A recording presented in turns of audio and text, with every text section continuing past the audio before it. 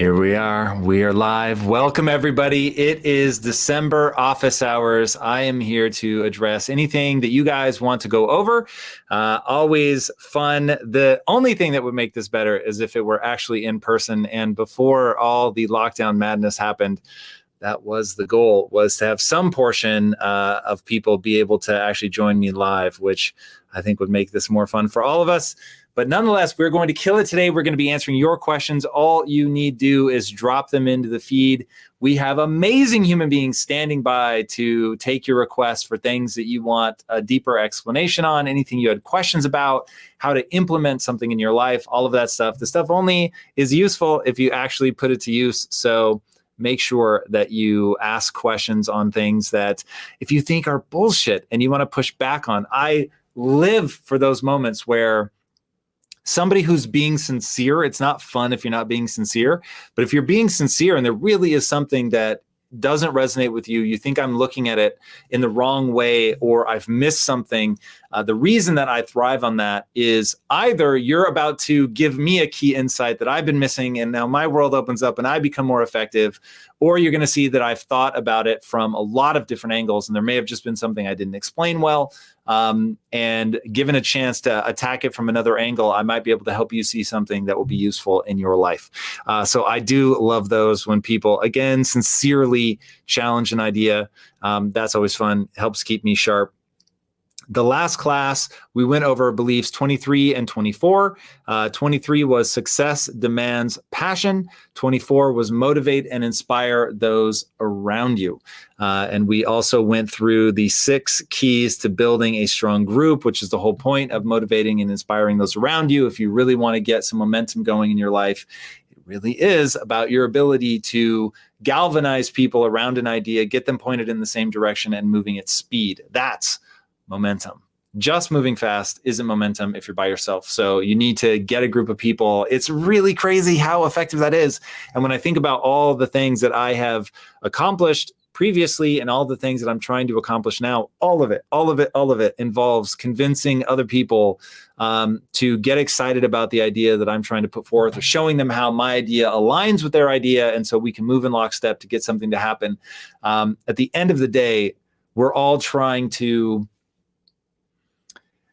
I'll say impress, but that's going to mislead people. We're all trying to impact, but I don't mean that just in sort of the grand spiritual sense. I mean, we're all trying to get other people to behave in a certain way, to respond in a certain way, to get excited about certain things. Like that really is what we're doing. So if you're selling insurance, you're trying to get people to be excited about what your insurance can offer. If you're trying to be an amazing parent, you're trying to get your kids to act in a certain way that you think is going to set them up for success. If you're trying to be a great teacher, a whole classroom full of people, the administrators, the parents, all of them are people that you're going to have to get to buy into your ideas. If you're a health professional, oh dear God, you have to get your patients to actually change their behaviors to get a different outcome.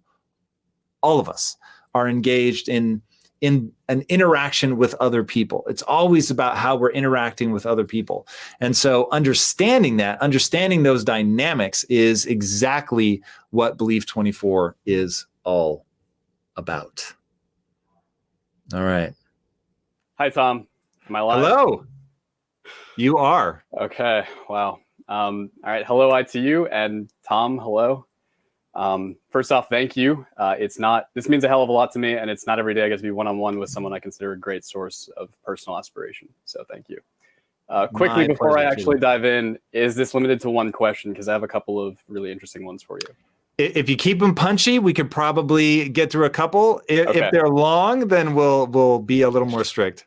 Okay. I have them written out so they're clear and concise. So let me give you quick context. I've been on a quest to determine my passion for 10 years or so. It's really eating me up. There's a lot of indecision and uncertainty. I feel like I'm kind of stuck in some kind of passion purgatory. I've narrowed it down to 2, and I've explored them both thoroughly. So I know what they're like, what they feel like, and what they ask of me. So here are my questions, and if you want, we can discuss or I can go into greater detail, but here we go. So Tom, jealousy is generally thought of as a negative feeling. What are your thoughts around using the feeling of jealousy as a clear indicator of an area of passion worth pursuing? Like when seeing someone else being very proficient with a certain set of skills and repeatedly finding yourself being extremely jealous of them. wishing you could be them and be as talented as they are with those same skills, that kind of thing. Is feeling jealous a good thing to go off of when on the hunt for the area of meaningful passion to develop? All right. So here is an analogy that many people will have no idea what I'm talking about. But there is this video game called Destiny. And in the game, there is a gun called Tommy's Matchbook. And Tommy's Matchbook is amazingly powerful. But every time you fire it, the gun begins to overheat. And as it overheats, it takes your energy away. So in really small bursts, it is a super powerful gun. But there's a reason that virtually nobody in the game uses it. And that's because it damages yourself. So when you get somebody who is really experienced and they know right where that edge is, where they can use it to where it's doing more damage, to sort of the obstacles for you to overcome your goal, but they're not doing too much damage to you, you can sort of find that line. So this is the dark side, right? For lack of a better word, where it is very powerful, but it is also wildly destructive to you. So I would say that I have found it far more useful, rather than to be jealous, to shift that to be inspired, to be in awe of somebody. So it would be exceedingly easy for me to be jealous of Elon Musk because he is so smart. It's fucking crazy. How does he get that much done in a day? It makes me want to choke slam him. I don't understand. So I had the two options, right? Like, I can obsess over wanting to choke slam this poor guy, or I could be like, this is actually really cool. I am excited to live in a world where there is somebody that has either just got the right genetics, combination of genetics and upbringing, discipline, like all of it, like that amazing cocktail. Maybe I will, because there is 50% of who we are is that genetic element, maybe I won't be able to achieve some of the things that he's been able to achieve. So I can either let that destroy me and take away because my psychological energy is all wrapped up in the jealousy, which is a bad feeling, a negative feeling. It's very distracting. It causes your mind to loop on negative things. Now, it can also propel you to take action, to be like, fuck that guy, I'm going to outperform him. And so there is a certain amount of like, hey, the amount that it moves you forward, amazing, leverage it. But I find that if you spend anywhere near 20%, you're already getting into a danger zone. The second you're over that, like every ounce that you spend over 20%, you are moving yourself backwards, not forwards. Even if just from a quality of life perspective, even if you outperform Elon, but all of your energy is around the jealousy, it will suck. Like the whole journey will suck. It's such, and I wish I had better terms for this. And I'm sure there are from a neurochemical standpoint. You could actually define what I mean by dark energy, but it's like, that's a dark energy. It doesn't feel good. It's not uplifting. It's not a place that you want to stay. So it is powerful, which is why you ask, in that it gets you motivated and it moves you forward, but it is wildly self-destructive, and I will encourage you to reframe it. Okay, thank you. I'm going to skip this next one in honor of your time. So here, I think you're going to like this question. Tom, going back to the study you mentioned in last week's live about someone feeling their goal or dream is possible or impossible, giving or sapping their strength. You sharing that made me realize I have a negative relationship or feedback loop with my passion. Every time I think on it, I see a daunting mountain to climb and see me impossibilities. Self-doubt kicks in. I consider whether it is even possible for me. This has caused me to question whether this really even is my passion because of the negative feelings of defeat and doubt that arise and bring me down. It's like I get burnt when thinking about what my fire is. So I know you have and do frequently wrestle with big, huge, massive goals that would make others shirk. What would the process of turning that relationship around look like? What would the process of building the belief within someone that their goal or passion is attainable for them look like? Is it as simple as interrupting the thought pattern with any obstacle can be overcome and you can do anything you set your mind to without limitation? Or is it more complicated than that? How would you build the belief within someone so that on a deep level in their subconscious mind, they truly feel like they can achieve their goal and passion and have a positive relationship with it so that they gain strength and resolve when thinking on it? So I'll give you a few of the things that were real breakthrough bricks for me that I've sort of stacked together and put something very useful together from. And the first one is recognizing that I am hopelessly average. And the reason that isn't problematic is because of what humans are actually designed to do. And I think that people oftentimes get caught up in the sort of bumper sticker speak of things like that and forget to really think about what I'm saying, the principle behind it. So the principle behind the bumper sticker of the human animal is the ultimate adaptation machine is that as a strategy, you either have to pre-wire everything. So you sort of best guess scenario, what would be the generic setting to give a creature such that with all of the things it can anticipate that it's still able to thrive. And the alternative is to say, I have no idea what's going to come at me. So what I'm going to optimize for is change. And when you look at the very famous quote, which is often attributed to Darwin, but I'm not sure that he actually said it, but it's a great quote and true nonetheless, which is, it isn't the survival of the fittest. It's not the strongest nor the most intelligent that survive, but rather the most adaptive to change.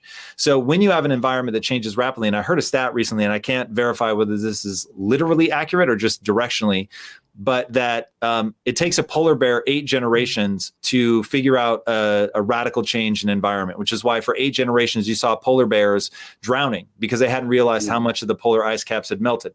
Now, if you put humans in that, we wouldn't need a single generation. You would go, you'd look around, oh shit, I need to adapt to the cold. I'm going to spend more time in the water. I need to get better at swimming, whatever. Like the human animal is able to adapt physiologically and intellectually very quickly. So, okay, that's the core thesis behind the bumper sticker of humans are the ultimate adaptation machine. So when I say I'm hopelessly average, that took away all of the fear, which would hold me back because I step up to a challenge like, hey, I want to create the next Disney. And you go, fuck, there's so many parts of that I don't understand. They're so much bigger than my life experience, than my knowledge, everything, the people around me, all of it, the revenue that I have access to. It's just so big. And so what I realize is, don't worry about the end state. Just do the day-to-day actions that would be congruent with on a long enough timeline ending up there, right? So that recognizing that I will learn and grow along that process, because that is what humans are designed to do. Now I need only put myself in the right environment with which I can encounter the stressors that will change me in a way that is directionally logical. And so that's all I do. Every time I come up against something where I'm like, oh God, this is so big. How am I actually going to pull this off? I just stop thinking about that.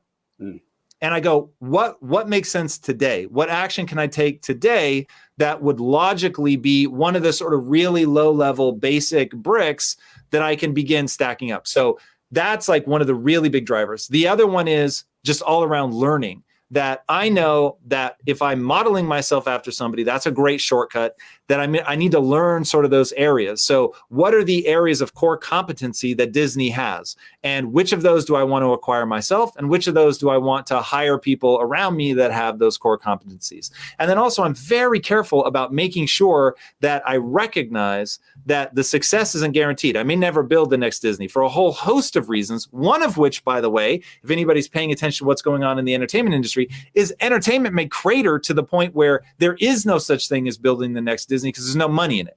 So it's like, okay, well, that's a very real possibility. So if I know that the success can't be guaranteed, but the struggle can, then I'm asking myself a lot of very pointed questions about whether I like the direction I have to grow in based on the struggle, because you're going to grow in the direction that you struggle. So is that going to be something that I want to get strong at? And then will I enjoy that? And if I'm asking myself that continuously enough, then it's like, okay, I have a very good read on what my life is like if I do this every day until I die, but I never succeed. And if that was a rad life, then you can't lose. So those are sort of 3 of the very basic things. It is, of course, ultimately more complicated in terms of maintaining motivation and holding yourself accountable, which is a huge one.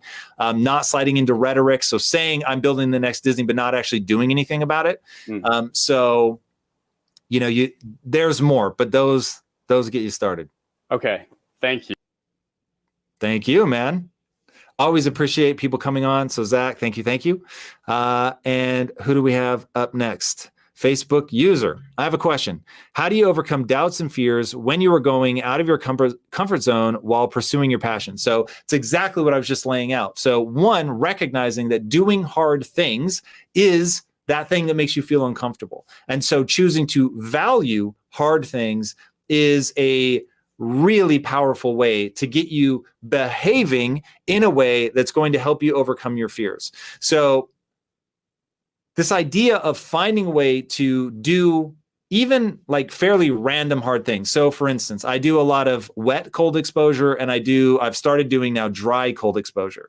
So this morning it's a little bit chilly in LA. I mean, if you live in Minnesota or something, you would laugh at what I'm calling chilly, but it was chilly. And so when I stepped outside for a second, I thought, oh, this is great. This will be a great opportunity for me to do dry cold exposure. So I stripped down to my underwear, and I have an episode to prep for today. So I was just prepping for the episode by listening to some podcasts, and I was just sitting in the sort of cold, windy weather in my underwear. Just the desire was to be cold because it is difficult. And so I had to constantly bring my mind back, refocus on what I was listening to, not sort of over focus my attention on every time the wind would gust and it, you can really feel that bite on your skin. Your concentration goes right to it. And there's some subconscious saying telling you to stop doing that, to move. And so you really have to, in like a meditative way, keep coming back to what you're focusing on. So doing that hard thing shows you, A, that you can do hard things. It shows you, B, that you get better at doing those hard things over time. And so even though sitting in the cold is not directly related to building the next Disney, the next time that I feel anxiety rising or I'm feeling overwhelmed, which you guys know how I deal with that, I shut that shit down. But I'm able to shut that shit down because I'm able to come back to what I'm focusing on over and over and over, despite very unpleasant physical or psychological stimulus. So practicing those things becomes huge. So that aligns your behavior because you're no longer afraid to do those difficult things because you're constantly putting yourself in these uncomfortable situations. So I know you've heard the phrase before, get comfortable being uncomfortable. Now, the reason that you want to get comfortable being uncomfortable is because discomfort is designed by nature, by evolution, to get you to change your behavior in the face of that discomfort, because it may mean that something bad is down that road if you keep going down that road. So we have all learned growing up in, the societies of comfort that we've grown up in, that when you feel discomfort, to move away in a new direction. But if you want to succeed in anything that is demanding, that has sort of extraordinary outcomes, it's going to have extraordinary demands. So you have to get very comfortable leaning into that, moving in that direction, and recognizing that there is a difference between fear and actual danger. So that's where you really have to start being smart about this stuff. And one of the simple ways is to constantly put yourself in physiologically difficult positions so that you can train yourself to come. What should my focus be? Yes, I'm afraid, but what should my focus be? What am I trying to do? And when you do that, like you repeat that over and over and over, week after week, month after month, year after year, you really do get to the point where it's like the fear, the anxiety, or whatever is just part of your emotional milieu. It doesn't dictate your behavior. And that's when you've overcome that, where now you're doing what your goal demands, not what your emotions tell you to do. And that's a huge game changer. Elpida, welcome back. Yasu. Γεια σου, Τόμ. Γεια σου, ITU. Καλά, εσύ? Καλά, ευχαριστώ. Από πού είσαι? Από την Αθήνα. Όχι, ρε. But right now I'm in Peloponnese. I chose to. Yeah, it's beautiful. It's a city called Nafplio, close to the seaside. And I chose to be here during the lockdown, which is very strict in Greece. Understandable. Yeah. Mm-hmm. Well, how may I help? I'm Elpida from Greece. I'm a choreographer, a freelance choreographer based in Berlin. And I work on different kinds of projects where I am sometimes the director of the project, and sometimes I participate as a dancer or performer. So I have less or more responsibility. And I used to be a person that I'm always late, like a bit late, sometimes a bit more than a bit. And when I organized a couple of years ago a project myself with many people involved, I realized how stressful this can be and how disrespectful somehow it can be felt when you are left waiting. So right now I'm really working consciously on being on time and organize my time. So when I am left waiting, I I get tense, I get angry, I almost forget what I was doing to the others, and I feel very, very disrespected. And I realize that there's a certain choice there that I can do, like in order to perceive myself, not to perceive myself as with less value just because I'm left waiting. And at the same time, what can I do in this waiting time so that it doesn't feel wasted? So, and then how can I communicate this to the people? Like, what kind of vocabulary can I use? Yeah, in order to communicate. So there's a lot of things in there. So number one is to lead with compassion, right? So if you were somebody that used to show up late all the time, you have inside knowledge that it wasn't meant as a sign of disrespect, right? So that just comes down to, what do people value? Now, if somebody who's chronically late suddenly gets mad at me for being late, that I would consider shitty, because it's like, look, what I always tell my wife, if you have a neighbor that's out of control and they're making a lot of noise, don't go bitch. Write down the dates and time that they were noisy, so that when you want to be noisy at, some ungodly hour, that you now have the ability to do that, because you can say, look, here were the 17 times I didn't say anything to you about your noise. And so now what I'm asking is that you show me the same courtesy that I showed you. So, but there are some people that are so tied up in what is quote unquote right, without recognizing that's a value system, and values are not objectively true. They just are the thing that you have chosen to invest in your own life. So if you've now chosen to invest in, hey, look, timeliness really matters to me, but you know that it doesn't matter to other people, you have to make a decision. As somebody who is a freelance choreographer, I would try to be the one that everybody wanted to bring back the next time, right? So that I would have my pick of clients. So let me tell you, if I've got a client that's tardy and I'm like the best choreographer, the easiest to work with, the person they always want to come back to, I may not worry about that. I might tease them a little bit and let them know that, hey, we could do even more if you were here on time, but like, I'm here to follow your flow, whatever you want. Like, being easy to work with is one of the most potent things that a freelancer can do. And I am always shocked, scandalized by how sometimes a freelancer does not understand that one of their most potent weapons is to be easy to work with. So I would keep that in mind. So you've got that they don't mean it as a personal attack on you. Hopefully now you recognize it. It's just a value that you've chosen to invest in. Don't expect other people to invest in that. And culturally, I mean, the Greeks are notorious for being late. So like, as a culture, like an entire nation of people don't value being on time, right? So you see how, but that doesn't mean that Greek people aren't worthy. It doesn't mean that they care less about people. I mean, the Greeks, in my experience, are some of the most loving, kind people you're ever going to come across. So recognizing that those two things are separate is powerful. And then the last thing, which I think is really an interesting way to look at it, is you said, what do I do with that time so that I don't feel like I'm just wasting time? And there is a host of things. First of all, I'm assuming you carry a computer in your pocket, so you can pull out your phone. There are a bazillion things you could do that are powerful. Reading would be the simplest, most basic, but also I don't know how you take down your ideas for choreography, but like for me, I can write anywhere, anytime, which is my sort of version of choreography.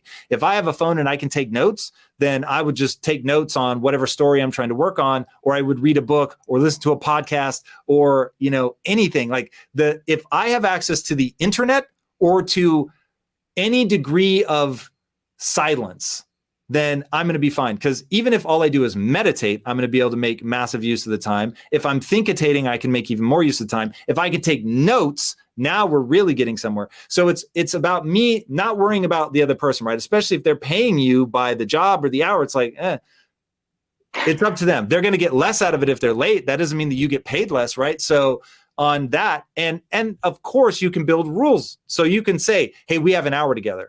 And you could even say, and look, by the way, I always show up 5 minutes early for things. That's just me. You don't need to come right on time. But, obviously for your own sake, I want to see you get the most out of the hour. So being right on time means that we're going to maximize. And if you're just steady Eddie, super consistent and very kind and compassionate when they're late, you're not berating them or anything like that, everything else speaks for itself. If they pay for an hour and they only get 30 minutes, that's bad on them. And so if you set your rules and stick to them, which is that I have a hard start time and I have a hard stop time, In that time though, man, I will bleed for you. I'll do whatever it takes to make sure you get the most out of this experience.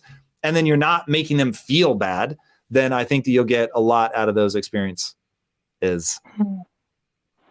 Thank you. That's really cool. Amy, you're holding a board. Ram.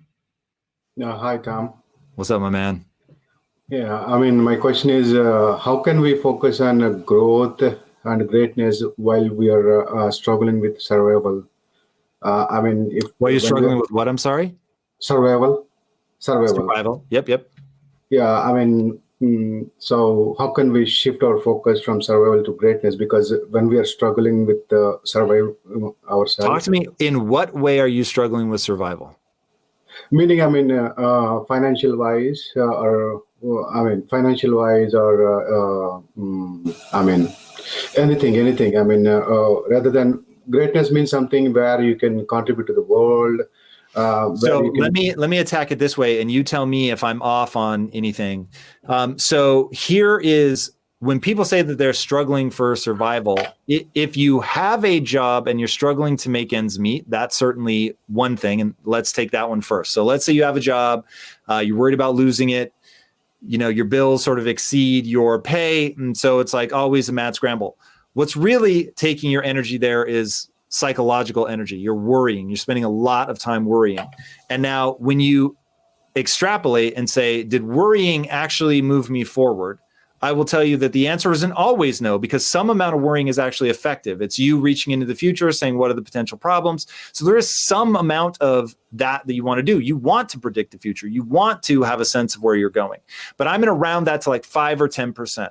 After that, now we're just looping. Okay. Once we're looping, now it is all wasted time. Every bit of it is an absolute waste of time. You would be way better saying, what do I need to do to become so valuable to my company that I would be the last person that they would fire? What is that core set of skills? And now, whatever amount of time we were taking worrying about, we're going to now invest in those skills. So let's just give a really concrete example. So if I have no idea what you do, but let's pretend it's project management. Okay. So you're a project manager or you're a marketer or whatever, and you're going to have 5 books on Kindle that you're going to download, or you're going to get articles. Like if we want to spend $0, get articles on the internet, which it is insane the amount of free classes, articles, YouTube videos, everything for free that you can get on the internet. Okay. So we're going to have those locked and loaded, downloaded onto our phone, print it out, whatever is easy for you. When you wake up in the middle of the night because you're panicking about not being able to make ends meet, that, you know, your kids, are they going to be able to go to college? Like whatever it is, it's weighing you down. And you know, it's going to take you a couple of hours to fall back asleep. Do what I do. When I wake up in the middle of the night, and I know if I wake up in the middle of the night, it is 2 hours to fall back to sleep. Plain and simple. That's just how it is. So I've got my headphones right next to my bed. I put my headphones on. I've got podcasts, books, already ready to rock and roll. And I just dive in immediately to improving my skill set. So if you were doing that and you do that instead of the 90% of the time that you spend worrying, instead of worrying, you spend learning, you're going to get better and better and better at your job. And now all of a sudden you'll start to improve. You'll start to move up. You will stop having as much trouble making ends meet if you can become more valuable. Now, we are living through a weird fucking time where I'm sure a lot of people are like, hey, Tom, that's great for somebody that already has a job. But what do I do if I don't have a job and I'm trying to get one? If you didn't lay the foundation of skill set before you lost your job, this is not a do or die moment, but it's very serious. And now what we need to do is we're going to spend some percentage of our time looking for a job. And then we're going to spend whatever remaining amount of time that we have becoming a more exciting candidate. Everything from how to fill out your CV better to how to interview better. And then also just getting better at skills. You would be shocked. The number of people I have interviewed in my life is about 1,500. That doesn't sound like a lot until you run the math. That's a lot. That's like 2 people a day, every day for years and years and years. Now, the number of people that come in and they're not even cutting edge in their fucking field. And I'm like, are you out of your mind? If I know more about your job than you, that's a real fucking problem. I'm going to go be the CEO. You need to take XYZ problem. Whatever it is that you're applying for, you need to take that off my plate. Go get fucking ninja level at that shit. MIT, puts courses out for free. I put shit out for free all day long. We have hundreds of videos for free. For free. Just go listen to it. People are pouring free content out into the universe. What's the problem? People are spending their time worrying. They're lowering the bar. They don't want to go fucking hard. They're in this space where they have let negative ideas creep into their mind. They have all this self-doubt. They think they're a piece of shit. And the reason that they're not winning in life is because they're a loser and they're not smart enough. They weren't born to the right family, whatever. All these external things that are holding them down. That is bullshit. You are a human. You respond to the environment. So if you put the stressor on yourself, I'm going to become the greatest fucking marketer, fill in the blank, whatever the world has ever seen. And you, when you wake up in the middle of the night with that stress and anxiety, you actually lean into that shit.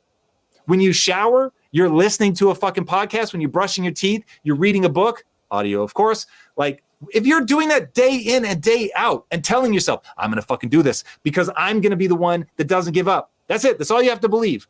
I'm going to be the one that doesn't give up. And I have the only belief that matters. Energy put into getting new skills equals getting new fucking skills. And skills are ultimately what you need to do better in the world, however you're going to define that, whether it's financial, whether it's impact, whatever. It all comes down to, you have all this potential. Are you actually turning it into skill set? It's fucking weird to me that people don't recognize skills let you do things. They let you do things. When you get more skillful at something, we're literally saying you're able to do something other people can't do. Did you put the time and energy into it? Like, I get it. Everybody wants to be good at something naturally that's very valuable. But the reality is most of us are not. And so we have to pour a bunch of time and energy into it, but you can't spend your time looping. And that's where most people live. Worry, fear, I'm a piece of shit, whatever.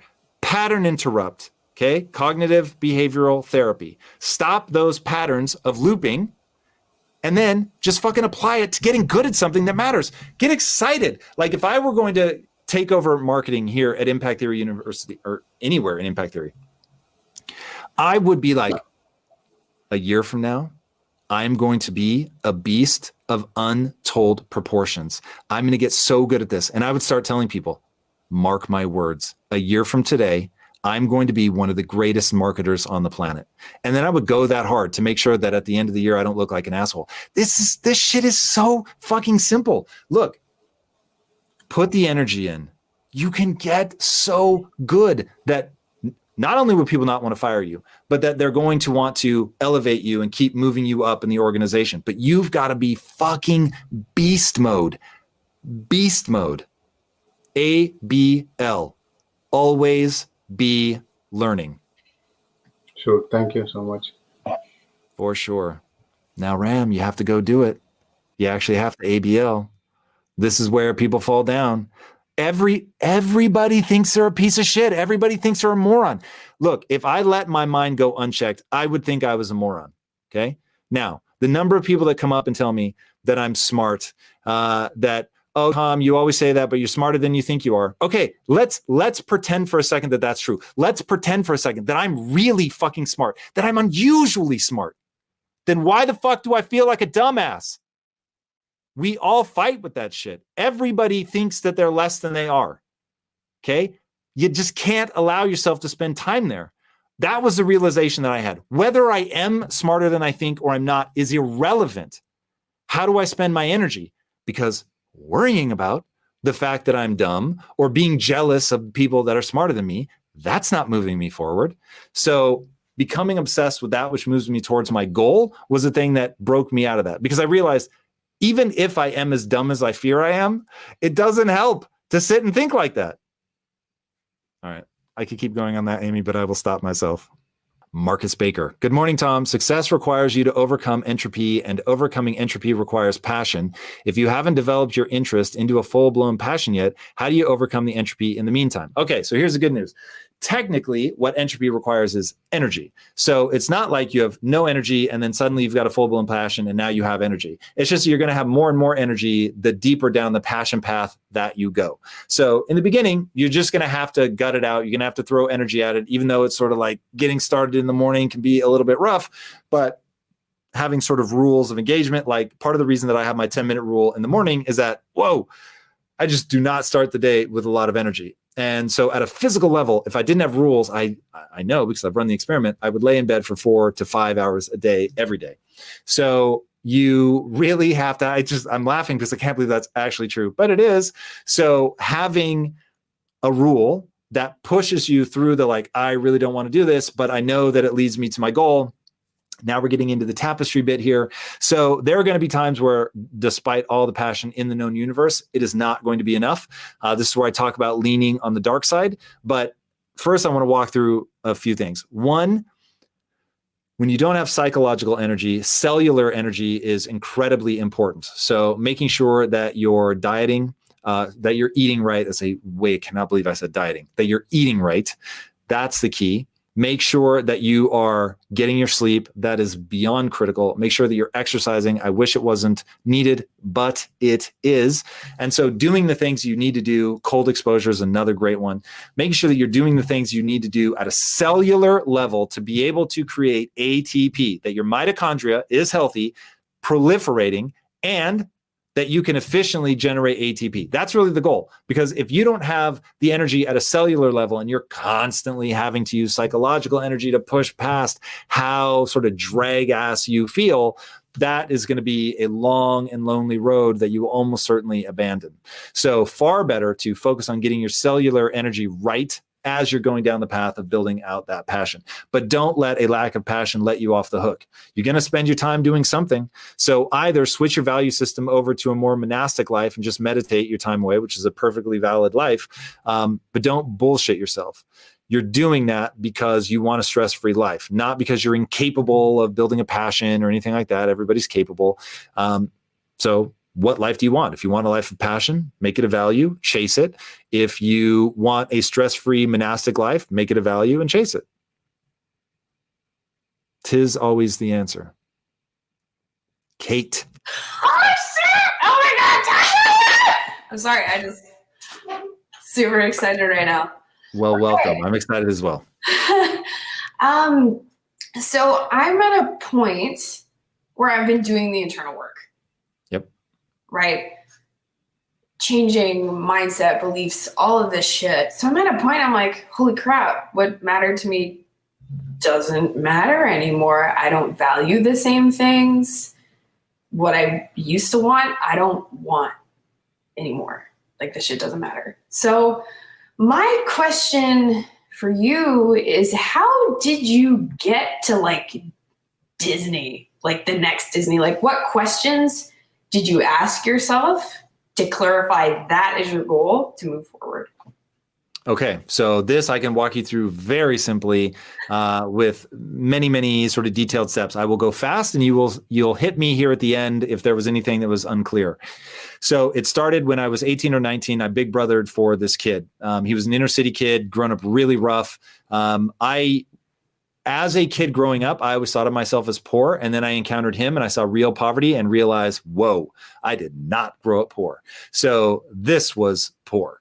And I knew very little because I was so young, and working with him, I was like, why can't I help him more? So that was like very confusing. So that ends up being about an 8-year relationship. So flash forward 15 years later, and I now have 1,000 employees that remind me of him. They grew up in the inner cities, really hard. They have what I'm now able to put words around, which is poverty of poor mindset. They, have a frame of reference that isn't leading them anywhere. And I've encountered the fact that your zip code is the number one predictor of your future success. Now at Quest, it was just going so well. And I was implementing things that I'd been learning over the last, by that point, like sort of 15-ish years. And so I thought, okay, well, this is something that I can teach them. So I'm going to teach all my employees, anyone that wants to listen. We created this thing called Quest University. And I was trying to teach them mindset and like saying, hey, whether you want to build a business, just be a great employee, whatever, like this will help you be a better parent, but I'll teach you anything you want to know.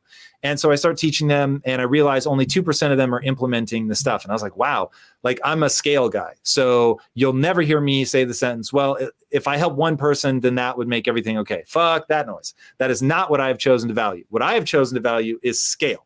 So I want to help millions of people. I don't even care if they know who I am. I just want to create the things that help those people. So I started thinking, well, if what I call direct to camera only helps 2% of the people, what helps the other 98%?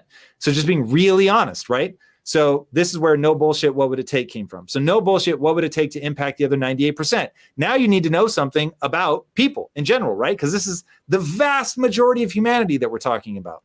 So I'm like, okay, if this is a mindset problem, what creates mindset, right? Recursive questions. I identified this was a mindset problem because I'd encountered so many people that were smart, many smarter than me, but they weren't succeeding like I was succeeding. So one, I'm doing research, right? Type into Google. Like, why don't people succeed, right? So you're looking at other people's ideas, you're sort of bouncing into it, putting it with what you see going on. Anyway, I come down to this is a frame of reference problem. It's a mindset problem. What creates your mindset? Well, there's three things that create your mindset. There is your parents are hugely influential in terms of your mindset. There are the friends, right? You're the average of the 5 people you spend the most time with. And then there's the culture at large. What does the culture tell you is cool and that you should chase? Okay, so those three things. Can I change who your parents are? No, I cannot. Certainly not at scale. Can I change who your friends are? No, I cannot. Certainly not at scale. Can I influence culture? Yes, I can. Okay. So if I know that this is now given sort of who I am, that I'm not going to be able to influence the parents directly, though I do have a plan for that and for your friends, but it's multi-generational. So that's, that gets a little tricky. So the thing that I can do right now today is influence culture. What are the 2 ways that culture is most dramatically influenced? Music and storytelling. Okay, cool. Well, I'm not great at music, though I think that might be really a powerful way to do this, but I'm not good at that. And I'm not interested in making that my core competency. So storytelling, on the other hand, that's been something I've been passionate about since I was 12. So, okay, cool. How do you make storytelling convey mindset? And I was like, well, you'd only be telling one type of story. And I was like, has anybody ever done that? And then I was like, oh my God, that's exactly what Disney did. But Disney didn't instill mindset. They created this thing called Americana. But the more I researched Disney, the more I realized people were saying, no. Disney had real impact on the culture. Many legitimate historians credit Disney with helping America get out of the Great Depression with the Three Little Pigs story and the song "Who's Afraid of the Big Bad Wolf?" And the Big Bad Wolf became known as the Depression. And so people would say, "Who's afraid of the Big Bad Wolf?" Meaning, who's afraid of the Depression? And then when you look at the story and the one that planned, it was more methodical and really thought about not being sort of the cheesy fast stuff of the straw house and all that, like really like the bricks and just do it the right way. That gave people this metaphor to pull themselves out of the depression. So obviously not the only thing. There's so many other factors, but really interesting that would sort of be a blip on the graph of people coming out of the depression is this song, "Who's Afraid of the Big Bad Wolf," in this story, that basically is this allegory. So I'm like, oh my God, somebody's actually done. So I sort of thought my way to build a media company that only tells one kind of story, right? Because that's how I can get across this empowerment mindset, the growth mindset. And then I asked myself, because modeling is always better than trying to reinvent the wheel. So I was like, can I model myself after somebody? And I find Disney, yes. The more I research Disney, the more clues it kicks off. And I'm like, oh my God, it doesn't all work, but there are a lot of things that he did that I think are still relevant today.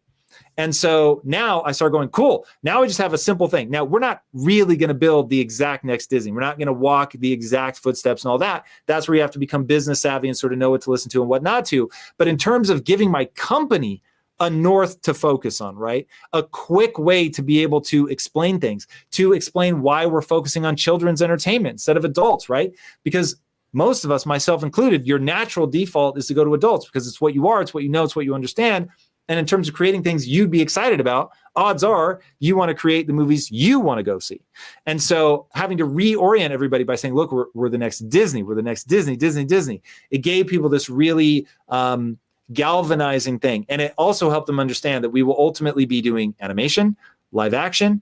We'll be doing video games. We'll be publishing, like all these things that you wouldn't think of if I just said we want to be, a great movie production house, right? That would really limit where we're actually going. Now, that's one of our core competencies that we're going to have to get good at. So anyway, that was the path that I walked through. Did that all make sense? Yeah. And if I can just recap, so like what I'm hearing is like you got super fucking clear on what's important. So like mindset, first thing. And then what you value, not 2%. So you got really clear on your values and then started exploring from there and kind of getting like deeper and deeper and more specific. So you're like, that's a fucking thing. Yeah, clarity is always the key. Clarity of goal. Clarity of what you want your values to be, because that's less a discovery process and more a creation process.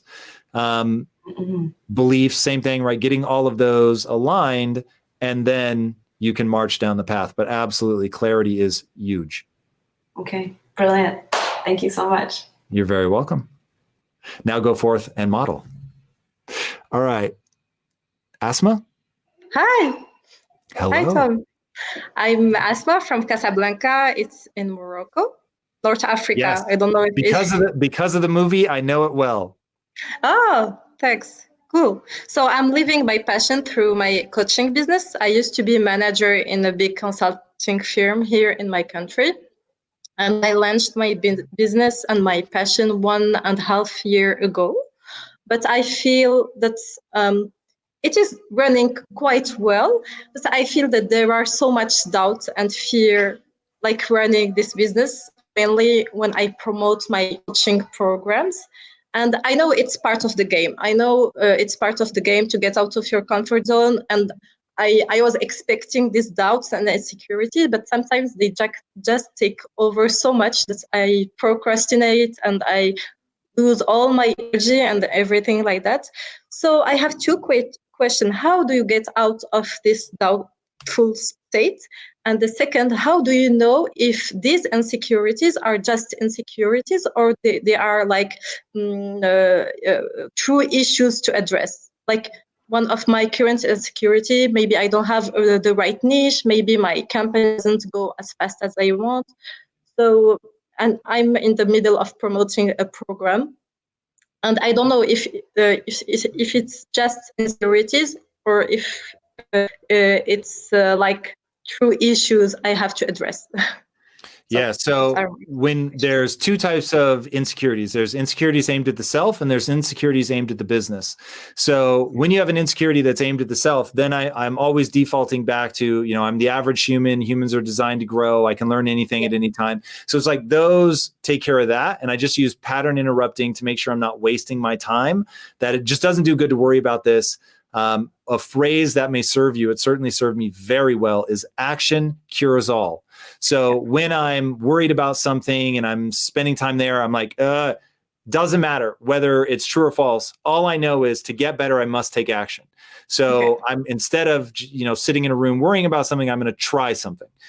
Okay. When it's insecurity aimed at a business, action cures all is going to be huge. And then the other one is you want to make sure that you run thought experiments before you go down the path of trying a whole new niche. So you really may be in the wrong niche. So how do we figure it out? One, can we eliminate it through thought? And that can be very powerful if you have enough experience. So you can think through how you got into the niche that you're in now. You recognize what the potential limitations are of the niche that you're in now. And so ask, how would I get into this new niche? Are there obstacles in there that are so painful, so time consuming, so expensive, whatever, that I'm not interested in pursuing? Not that it's impossible, just that the obstacles are such that I'm not interested in pursuing it. And then the other one is, if I'm going down this path, has it actually solved the problems that my other one has? So let's say I overcome those obstacles and I actually get what I want.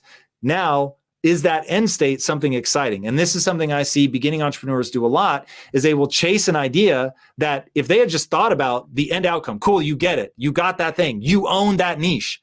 Oh, and that niche is 0.00001% of the revenue to be generated in that space as a whole. So it's like you really want to think through, what does success look like? What did I gain in success? So you've got that balance of, this is what it would take to get success, and this is what success looks like. And now we go, okay, this actually is worth pursuing. This solves a lot of the problems that I had in terms of the niche that I'm in now. And while the obstacles aren't going to be easy, there's nothing in here that I wouldn't want to be a core competency anyway. So even if I fail to take over this niche, getting good at these things is actually really powerful, and I think will serve me in many different areas. Awesome. Now it's take action. Now I'm not a burn the ships at the shore guy.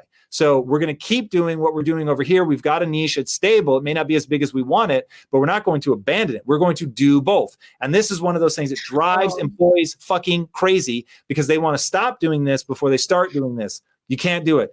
You have to do both. Now you may scale back over here, and we might keep this to what we call mowing the lawn. And now over here, we're going to be doing the innovating, right? We're going to be trying new things. And maybe it's 80% of our energy is mowing the lawn and doing all the things that we know to keep the lights on, but 20% is in innovation.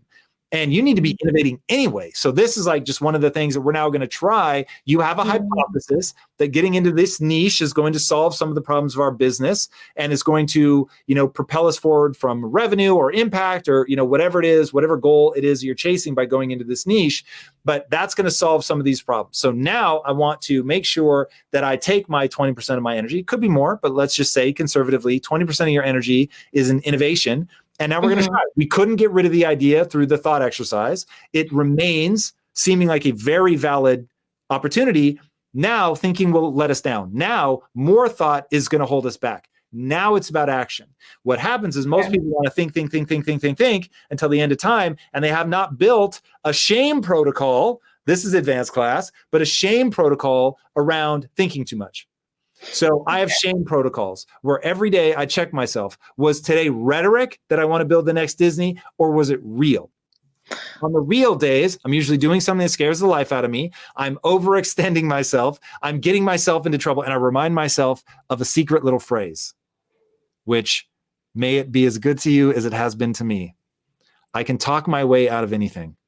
So I go down the road of yes. Yeah, let's do it. Knowing that if this ends up turning into something bad, at any point I can unwind back to where I am now because I can talk my way out of it. People in the thought experiment, they think that would be great, but I could end up in the deep end and drown. Whereas I don't ever allow myself to entertain that thought. What I do is I say, hey, if I get to the point where I'm like, nope, this is now dangerous, I'm in over my head, I have no problem swimming backwards. And I will immediately swim because rule number one, avoid a mortality event.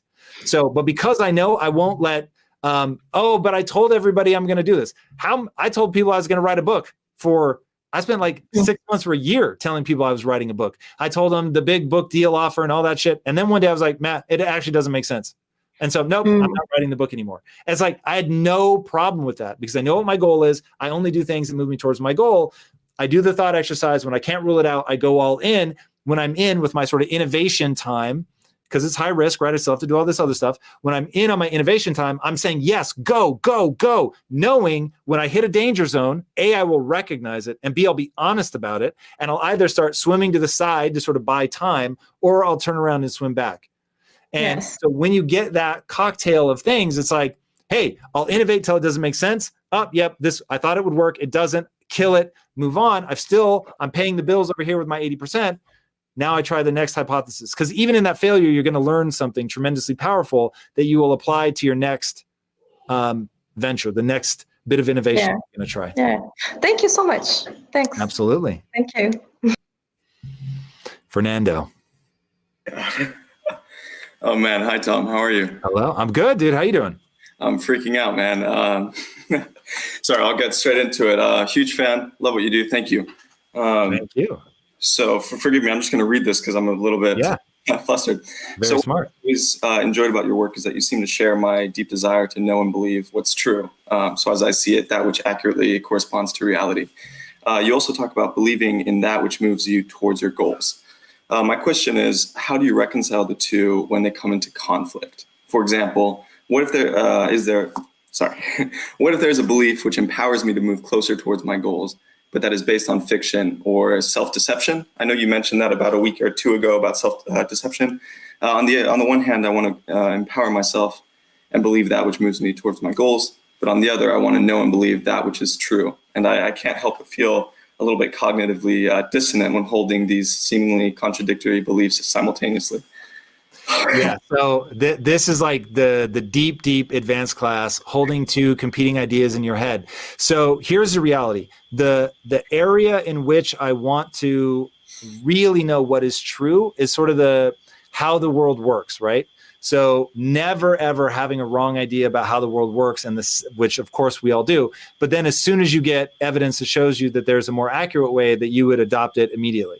So the same is true, but in a different way, about cognitive distortions about yourself. So the odds are that you are way more likely to hold a negative view of yourself for evolutionary reasons, right? Evolution is designed to keep you alive. It is not designed to help you achieve greatness, okay? Just really bake that into your soul. So if you now have a goal to be great, you're fighting against evolution, which is trying to keep you safe. So you have all these mechanisms that are designed to essentially lie to you, to bamboozle you. Now, some amount of self-deception is actually really powerful and is the very thing that keeps you from committing suicide. So let's not be too angry with our self-deception, but let's keep it in check. And whenever our self-deception moves us closer to our goal, then we're going to lie to ourselves. Whenever our self-deception moves us away from our goal, then we're going to be ruthless and say, no, I would never allow myself to believe something untrue. But really what we mean is, I'll let myself believe something untrue as long as it's pushing me closer to my goal. And I will never let myself lie to myself if it's moving me backwards. So for instance, if I grew up thinking that I was dumb, and I just hit a point where I realized that actually may be true. It may be, and look, I've encountered enough people that are smarter than me that it's like, I think we can all agree I'm not the smartest person alive. So once we can agree to that, it's like there are smarter people than me. Okay, now I did for years spiral out of control over that. And so anything that made me feel insecure about my intelligence, I wanted to be in a smaller and smaller room. So if I couldn't be the smartest man alive, I just wanted to make sure I was the smartest person in any room that I went into. And then one day it occurred to me that, wait, I have these two competing goals. What I'm trying to achieve in business and my desire to be the smartest person in the room, they can't coexist. Okay, cool. Then I'm going to lie to myself about my intellect. And instead of talking about smart or whatever, I'm just going to say I can learn anything. Okay, cool. That's probably not true, but I'm going to say it over and over and over and over and over, because when I hit the point at which, I can no longer learn this, I'll have gotten so far down the path that I'll just be constantly moving myself forward. So let's say, for instance, that I just don't have the intellect to learn physics. That really may be true, by the way. Math, the way people talk about math, it doesn't make sense to me. I don't understand it. I've interacted with math. I've taken calculus, all that. I had to cheat to get through it. It doesn't, I don't know. I can't make sense of it. Now, maybe I haven't given it enough time as possible, but for the thought exercise, let's pretend for a second that I really can't learn physics. Okay, we're just going to pretend. In a world where Tom can't learn physics, I've still had the kind of impact on people that I've had, right? Whatever that may be, whatever amount of impact I've had it without being able to learn physics. Whatever amount of financial success I've been able to do without learning physics. So even if it was a lie to tell myself that I can learn anything, the number of things that I can learn that I chased and pursued because I told myself the lie that I could learn anything. So I didn't worry about saying, well, maybe I won't be able to learn that. Maybe that one's beyond me. I just said, fuck it. You can learn anything. So what does your goal demand? And then I just go fucking hard. And then the more you learn, the more you realize the real truth, which I know right now maybe what you need is a binary, but the real truth is this. Nothing is yes or no. Some things will come easy, some things will come hard, and it's a spectrum. Over here is shit that you're just like, fuck, I guess. Like if I spent the next 30 years, I might learn the basics. And then over here is like everybody else is like, how do you do that? I spend the same time that you spend and I'm nowhere near you. And you're like, whoa. I don't know. Like, honestly, it just makes sense to me, right? So we're all on a spectrum and every subject hits differently, right? Some things will land easily. Other things just seem insane. So as you move forward, you start going, I'm going to gravitate towards these things, which come a little bit easier. This one does not come easy, but I really need it. Like me with business finance, I better fucking learn it, even though it does not come easily to me. Otherwise, I'm going to go out of business. So you move around and you find sort of that like, ooh, I get really big rewards here. So when I decided to build the next Disney, it was a very counterintuitive choice for everybody else for me to start a show on YouTube. People are like, what the fuck? Like, what do they have to do with each other? And I said, look, I'm very good at verbal shit. And I know that I'll be able to impact people. And imagine having a legion. We have about 5 million people in our ecosystem. Imagine 5 million people, some very significant percentage of those people, when I meet them, say, you've really impacted my life. Now imagine you have 5 million people, let's say 3 million. I've impacted their life in some way to varying degrees. Maybe 100,000 would say, Tom, you fundamentally changed my life forever. I fucking owe you. What can I do for you? And my answer is go stand in the parking lot at Netflix because I'm going to be pitching. Now, maybe 100,000 is a small percentage of 5 million, but fuck, when you can mobilize 100,000. So, right, that was me going, where do I get disproportionate returns? What's my end goal? And now how do I leverage those different things? But what got me going was the lie that I could learn anything. Because the secret belief that I have is that I will run out of time long before I run out of potential. So does my potential have limits? Yes. Does it make any fucking sense to focus on where the edge is? Like, oh, make sure that I go map them out so that I never bump into an edge. It's like, no, it doesn't make sense to spend any time there. I will, if I hit an edge, in one random skill set, I'll just fucking quickly move on and tell myself, I just didn't want to keep pursuing that. Great. Let that one go, move on to something else. So again, maybe it's a lie, but it's getting me to behave in a way that moves me towards my goal. Thank you so much, Tom. I really appreciate it. I'm one of the 100,000. My man. Well, thank you, dude. I am very honored for sure. All right. I can't quite see what that says. Vida? Vidhu? Close enough. Yeah, not bad. How do you say it correctly? It's Vidhu. Vidhu? Awesome, man. Well, welcome. Yeah. It's surreal just to hear you say my name. So yeah. Anyways, firstly, I just want to say that I'm a huge fan. And I think funnily enough, your shirt says remember why you started, and you are the reason why I started. So awesome, man. I love that. Extremely grateful for what you do, right? So my question is here. So currently, what I'm struggling with and I haven't found a solution for yet is that, so I run a business now. It's just been about 9-10 months now. So it's pretty new to me. I'm learning a lot as I go. So there are a lot of things I prioritize right now. Example, I prioritize learning a lot. So I run a marketing agency. So I always want to make sure I'm learning new skills so I can always be better at the work I do because I'm really passionate about what I do, right? But there are also other things I value. For example, I want to make sure I can get time to read books every day. I want to do impact at university every day to improve my mindset, improve my skill set. But I think what I struggle with is time because I think you said this on Impact earlier as well, that you hate the fact that you have to sleep at night, right? Because you'd rather spend that time working. And I relate to that shit hard, right? So pretty much what I want to understand is that how do you structure your time basically to make sure you get the most of everything? Because I tend to feel like if I start focusing on one thing, something else takes the hit for that. And I want to try to make sure everything works fine, if that makes sense. That's the gospel truth, man. So here is the hard reality that all of us have to face. You can do anything you want in life, just not everything.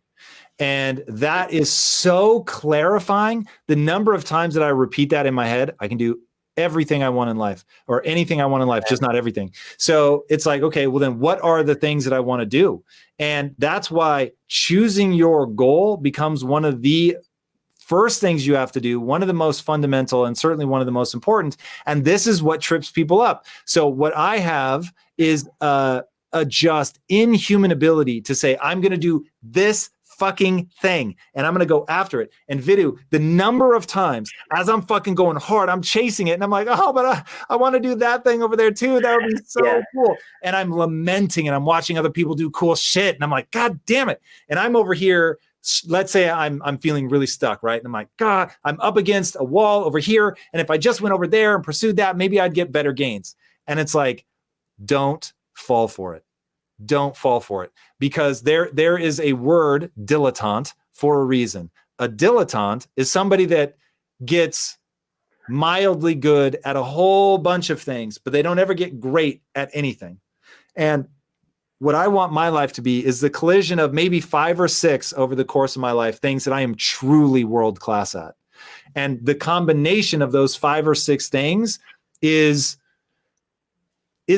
like what all of us should aspire to, right? Is to get just unimaginably good at those 5 or 6 things that come together in a way that is extraordinarily useful. So knowing that I'm going to pick a goal and it needs to sustain me for a very long time, that it needs to be something that even when I'm losing, I'm having fun doing. And it needs to be something that when I think about all the energy and effort that I'm going to put into it, that is going to be worth the sacrifice to become one of the best in the world, right? So there are things like, for instance, I'm really quite passionate about health and I find it so interesting, but it isn't what I want to spend my time on. So this is a realization I had at Quest. So at Quest, all the the events that we would go to, the conventions, they were, bodybuilders and stuff. And I really look forward to them every year. I thought they were fun. And we would go and it'd be great. And you get to interact with people at the booth,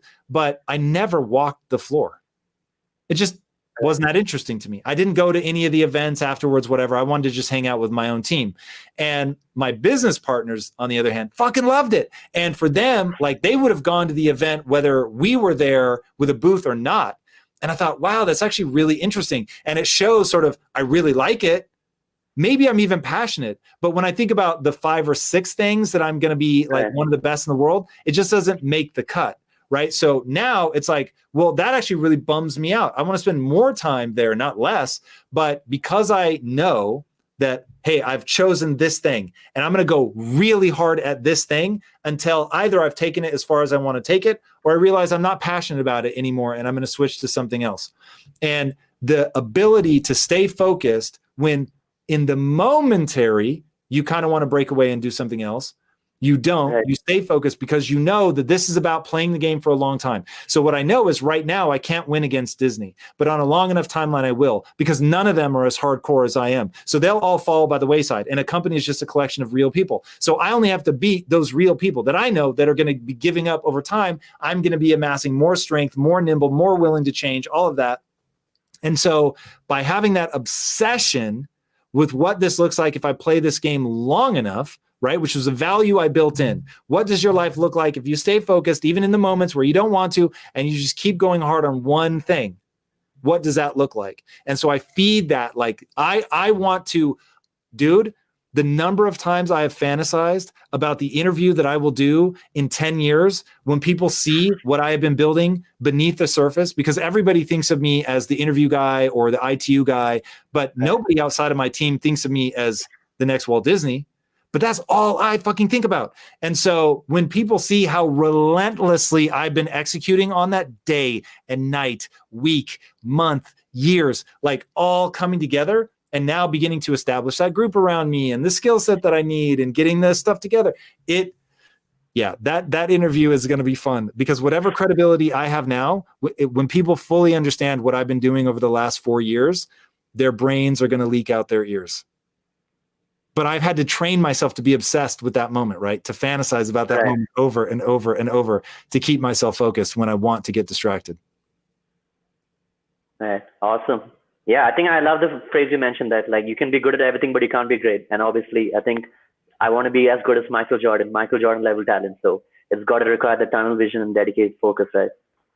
My man, have you read Relentless by Tim Grover? It's on the reading list. So I'm going down your reading list step by step. So getting to it now. If you want to be Michael Jordan, read that book, because he talks about what that actually means. It is the most breathtaking description of what it means to be hardcore I've ever read. For sure. It's coming soon now. Cool. Well, we're actually over time. Thank you guys all a bunch. All right, everybody. Thank you so much for the peeps in the business course. I will see you there in just under an hour. Until then, my friends, be legendary. Take care.